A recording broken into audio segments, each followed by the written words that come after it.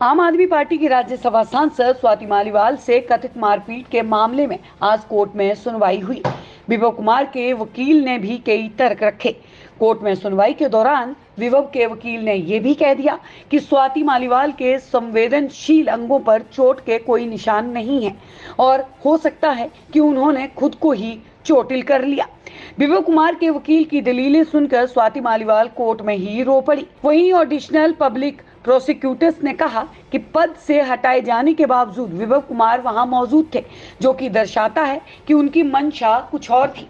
इस मामले में आरोप है कि 13 मई को अरविंद केजरीवाल के घर पहुंची स्वाति मालीवाल से विभव कुमार ने मारपीट की थी। स्वाति की ओर से एफआईआर दर्ज करवाने के बाद दिल्ली पुलिस ने विभव कुमार को गिरफ्तार कर लिया था और अभी वे न्यायिक हिरासत में हैं। दूसरी तरफ स्वाति मालीवाल के मेडिकल रिपोर्ट में सामने आया था कि उनके पैर और गाल पर चोट लगी थी। मामले में पुलिस ने सीसीटीवी फुटेज भी जब्त कर लिए थे। अब इस केस में जांच जारी है। इसी केस में आज 30 हजारी कोर्ट में सुनवाई हुई। सुनवाई के दौरान विभव कुमार की ओर से वरिष्ठ एडवोकेट एन हरिहरन पेश हुए। उन्होंने कहा कि स्वाति मालीवाल अरविंद केजरीवाल के घर पहुंची और उन्होंने विभव कुमार को बुलाया, जबकि वे पहले वहां नहीं थे। इसके बाद वे केजरीवाल के घर के अंदर जाने लगी। हरिहरन ने सवाल उठाए, क्या कोई भी शख्स इस तरह से मुख्यमंत्री के आधिकारिक आवास में घुस सकता है? हरिहरन, ये एक घुसपैठ थी और इसकी रिपोर्ट भी दर्ज कराई गई। स्वाति के पास ना तो कोई अपॉइंटमेंट थी और ना ही उनके आने का कोई मैसेज दिया गया था। उन्हें सुरक्षा कर्मियों ने रोका और उन्हें इंतजार करने को कहा गया। स्वाति ने सुरक्षा कर्मियों से कहा कि वे विभव कुमार से पूछे।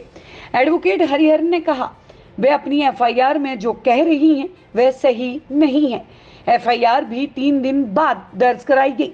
आखिर जहां इतने लोग मौजूद हों वहां ऐसी घटना कैसे हो सकती है? उसी इलाके में कई अस्पताल हैं, लेकिन मेडिकल के लिए स्वाति को एम्स ले जाया गया। हरिहरन ने यह भी कहा कि किसी संवेदनशील अंग पर कोई गंभीर चोट नहीं है, तो गैर इरादतन हत्या का मामला कैसे बनता है? हो सकता है कि खुद को चोटिल किया गया हो। इन आरोपों से ये साबित नहीं होता कि उनके कपड़े उतारने की कोशिश की गई। ये पूरी एफआईआर सोच समझकर की गई है।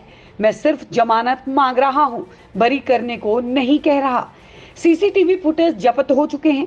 टेम्परिंग का सवाल ही नहीं है।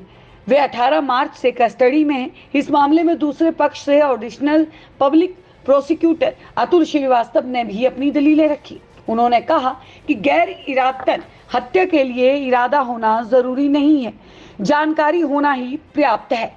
उन्होंने कहा कि आरोपी ने एक महिला को मारा है, उन्हें घसीटा है, उनका सिर सेंटर टेबल पर लगा। क्या इससे मौत नहीं हो सकती?